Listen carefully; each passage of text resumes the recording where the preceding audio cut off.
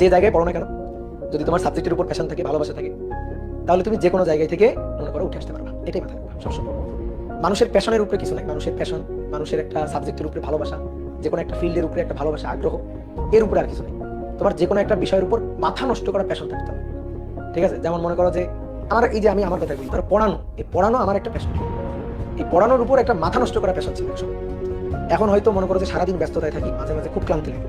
But একটা সময় ধরো, এটা আমার স্টুডেন্ট লাইফ থেকে, আমি যখন ধরো জুয়েল ভাইয়ের কাছে পড়ি, বা হচ্ছে তুষার ভাই, আমাদের ইংলিশে ওখানে একজন পড়ে, তো তুষার ভাই, ঠিক আছে, তো এদের কাছে যখন আমরা পড়ি তখন মানে মনে হইতো যে ভাইয়াদের মতো পড়াবো। ঠিক আছে, ভাইয়াদের মতো পড়াবো। একসময় অনেক স্টুডেন্টদের পড়াবো, এটা স্বপ্ন ছিল। ক্লাসরুম ভরা স্টুডেন্ট থাকবে, তাদের মাঝখানে কথা বলতেছে, এটা একসময় স্বপ্ন ছিল। তো এই প্যাশনের উপরে কিন্তু অনেক ছুটছি আমার। কিন্তু দেখো, আমি কিন্তু যা চাইছি সাথে সাথে পাইছি এমনটা না। একটা নাম করা কোচিং এ এক সময় মনে করো যে মানে সিভি দিয়ে দিয়ে, জাস্ট সিভি দিয়ে দিয়ে, মানে আমি কোনো ডাকি পাই না।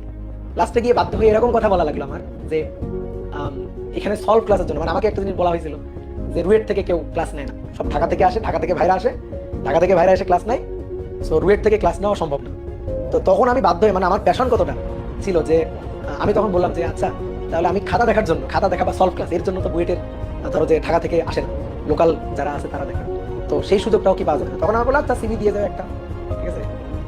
তো আমি কিন্তু ধরো সেই কোচিং এক সময় ক্লাস নিয়েছি, খুব ভালোভাবে ক্লাস নিয়েছি, খুব জনপ্রিয় টিচার হিসেবে ছিল। আর তারপরে তো ধরো যে এখন তো একটা অবস্থান হয়েছে তৈরি, এর পিছনে কিন্তু কষ্ট লাগে। প্রত্যেকটা মানুষ তার ধরো যে মানে সফলতার তো আসলে বিভিন্ন ধরনের সংজ্ঞা হয়, মানে সফলতার সংজ্ঞা এক একজনের কাছে এক এক রকম। ঠিক আছে, সবাই ধরো অনেক কিছু পেয়েও সফল না, আবার কেউ সামান্য কিছু পেয়েও ধরো সফল।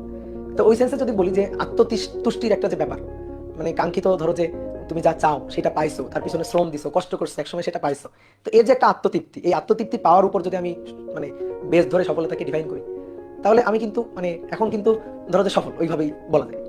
কিন্তু একটা সময় কিন্তু যে মানে এইগুলা এত সহজে চলে আসে না, এর পিছনে অনেক শ্রম দেওয়া লাগছে, অনেক পরিশ্রম দেওয়া লাগছে। তো এই কারণে তুমি তোমার নিজের প্যাশনটাকে খুঁজে বের করো, এবং এই প্যাশনটাকে খুঁজে বের করে এর পিছনে শ্রম দাও। ঠিক আছে, শ্রমের কোনো বিকল্প নেই। তোমার যদি প্যাশন, কোনো কিছু একটা প্যাশন থাকলে, সেই প্যাশনের জন্য তোমার ঘুম বিসর্জন দিতে হবে। প্যাশনের জন্য তোমার ঘুম বিসর্জন দিতে হবে, তার পিছনে খাটতে হবে। তোমার মনে হবে একটু আরাম করি, মনে হবে একটু ঘুমাই, রেস্ট নিই, কিন্তু ওই প্যাশন যে তাড়না, ওইটা তোমাকে ঘুমাই দিতে হবে। ঠিক আছে, তো কথা বললে তো অনেক কথা বলা যায়। ঠিক আছে, তাহলে সবাই ভালো থাকিও। ঠিক আছে, টাইম ম্যানেজমেন্ট একটু শেয়ার করিয়েন ভাই। টাইম ম্যানেজমেন্ট তোমাদের ইঞ্জিনিয়ারিং ব্যাচের স্টুডেন্টদের টাইম ম্যানেজমেন্টের ব্যাপারটা তো সবচেয়ে বেশি জরুরি। তো তোমরা টাইম ম্যানেজমেন্টের ব্যাপারটা একটা কি জিনিস হচ্ছে কি, তুমি নিজের সাথে নিজে প্রতিযোগিতা করে টাইম ম্যানেজমেন্টটা মানে ঠিকঠাক করবে। ধরো একটা প্রবলেম সলভ করতে তোমার প্রথম দিন 5 মিনিট লাগছে, তুমি ওই প্রবলেম সলভ করতে করতে করতে করতে খাতা রিভিশন দিতে দিতে এমন বানাই ফেলবে যেন ওই ম্যাথ দেখে ক্যালকুলেটর চাপ দিয়ে তুমি অ্যান্সার করতে পারো।